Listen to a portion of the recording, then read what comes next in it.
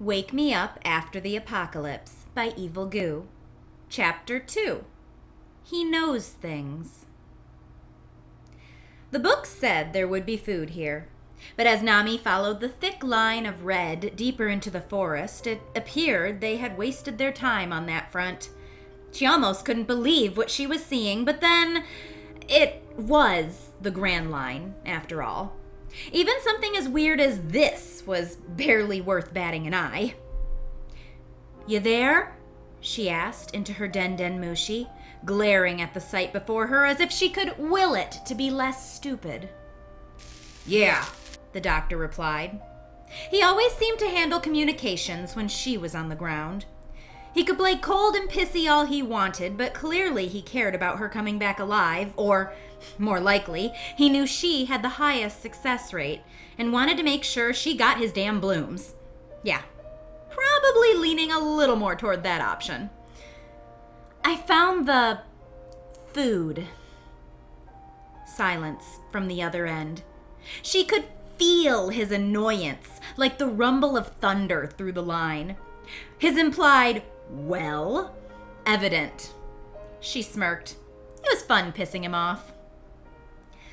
"I am currently looking at a full plate of what once must have been pasta. Oh, a moldy, petrified loaf of baked garlic bread to go with it. There's a rotten, 3-tiered cake, maybe chocolate, and bowls of something that might have once been a kind of soup. Chili, curry, who knows?"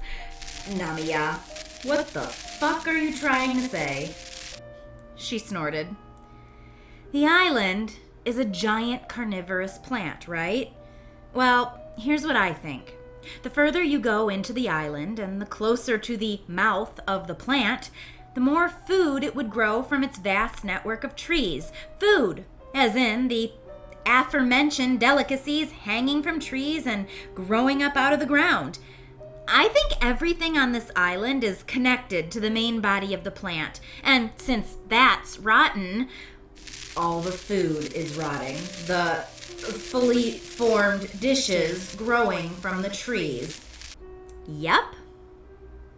"That is too stupid. Can things that stupid still happen in this world?" Apparently not, since everything here is dead. We have some trees, brush, and the Redvine, but I'm not seeing any healthy plants supporting this mystical food source. I think it's just a matter of time before every living thing on this island rots away like the base. He was quiet again, and it was getting old. "Fill Zifa in on the bad news. I'll just keep following the vine and look for blooms, shall I?" "Please." So polite. Yet the tone he used made it sound more like an order. How in character for the insufferable bastard. She pocketed her den mushi, adjusting her mask over her face and checking the seal around her eyes and chin. It was a clear bubble, not made of coating, but rather a thick, crack-proof polymer. The mask covered her entire face, a valve near her chin to filter air, with a light sucking sound as she breathed. They had picked up a good deal of hazmat gear and disinfectant way back on Punk Hazard, but really the only concern for expeditioners was to protect the eyes and mouth. If the vines got hold of you long enough to pierce your skin or enter your ears, you're already long since infected. The spores were the real concern. And so far the masks had saved them numerous times from that terrifying end.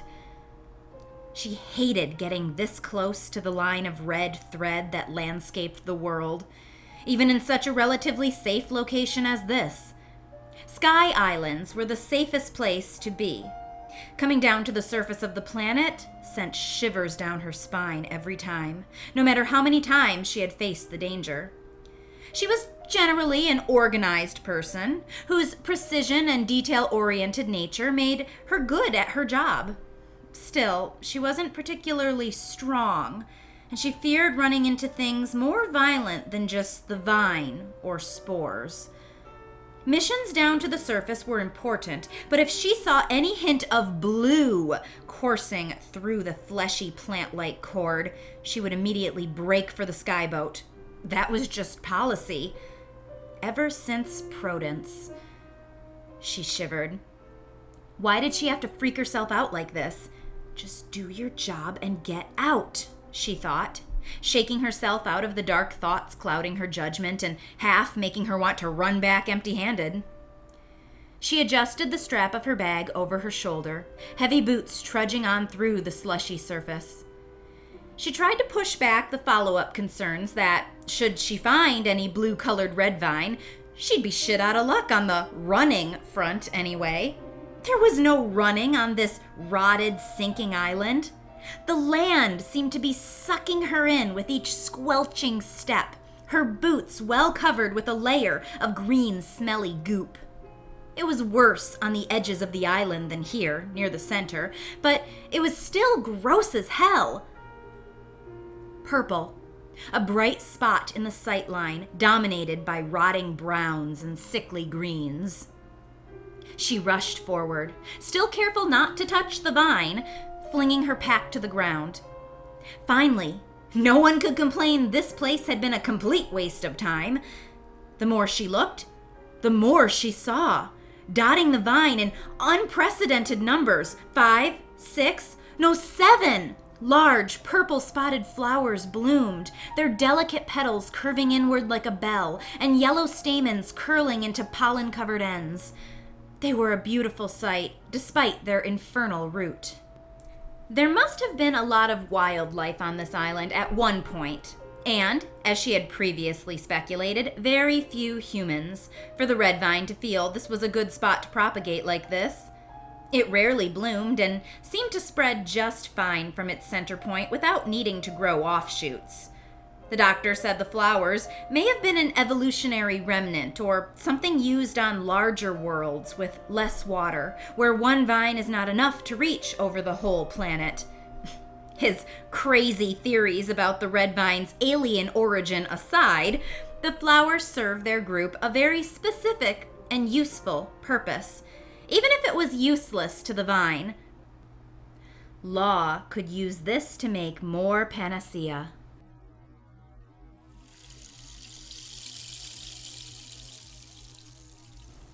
The boats needed repairs. Franky, of course, was the shipwright of the Straw Hats, but Usopp felt like he knew enough to help out here and there. He was a bit of a jack of all trades, but he'd done his fair share of basic carpentry over the years and felt fairly confident in hitting nails with a hammer and not losing a thumb, at least. It was nice to feel useful anyway after several days of preparations that did not heavily involve him or his skills.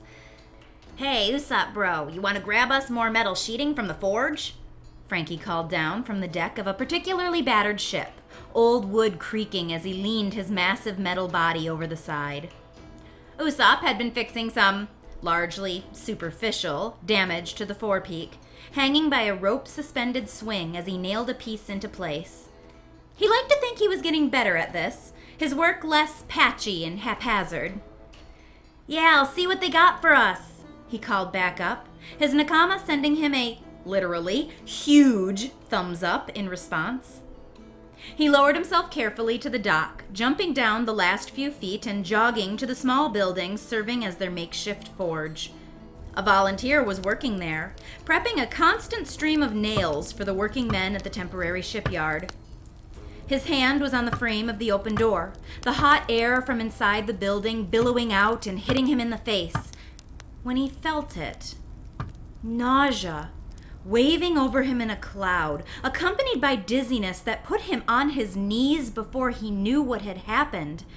His head was throbbing. He put it in his hands, trying to hold himself together. "Oh, hey, careful there," the blacksmith questioned, noticing him for the first time. "You all right? Heat hit you hard?" No, not the heat. Something else. There was a sound, a familiar voice, though the words were unrecognizable. It was just a series of syllables, light and chiming, and filling him with such a powerful nostalgia he could barely focus on where he currently was. "Hey, we need some cold water over here. One of the Straw Hats looks about to pass out," the blacksmith called. It was a woman's voice. That much was clear, ringing through his brain sharp enough to cut cut away the world around him until all he could focus on was that voice and the words he couldn't quite catch, and a thump and a cry.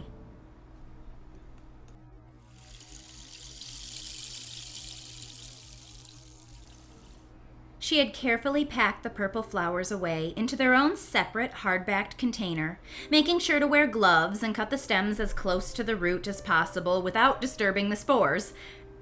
That had failed spectacularly, and as a cloud of white sprang forth from the flower's origin, she found herself struggling not to scream, falling back on her ass and scrambling backwards as fast as she could in the thick, decomposing mess.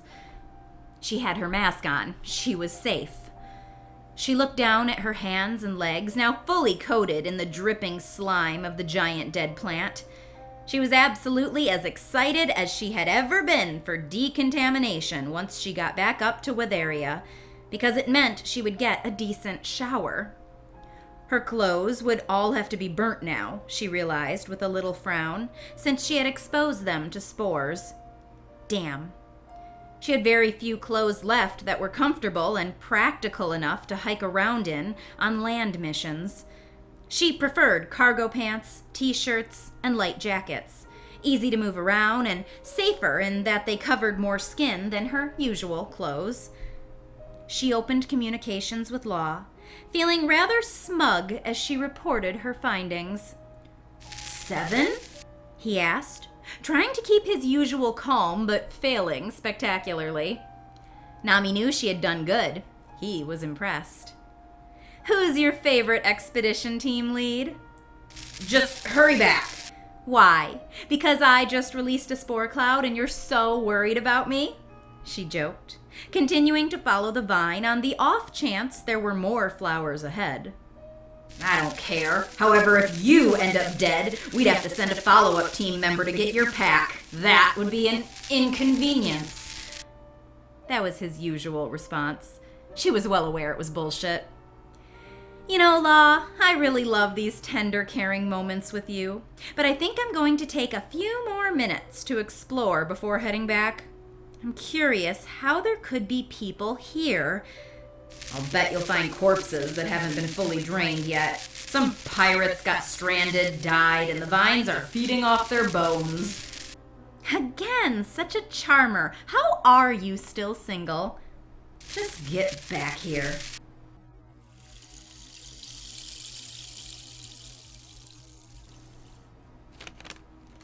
Seven, 15:20, day 14. Went down to that small, unnamed island with Gerardo and Alta. They shouldn't have gone. None of the scholars should go. They're too old. I shouldn't go. I'm too young and beautiful to die. But we went. That same plant was everywhere, just like the last two islands. This time, we saw people. There were people lying in the streets of a pretty big town, so we couldn't just leave them. The vines were covering them, and the houses and the trees. It was everywhere. It looked like veins from the vantage point of Witheria, which really grossed me out.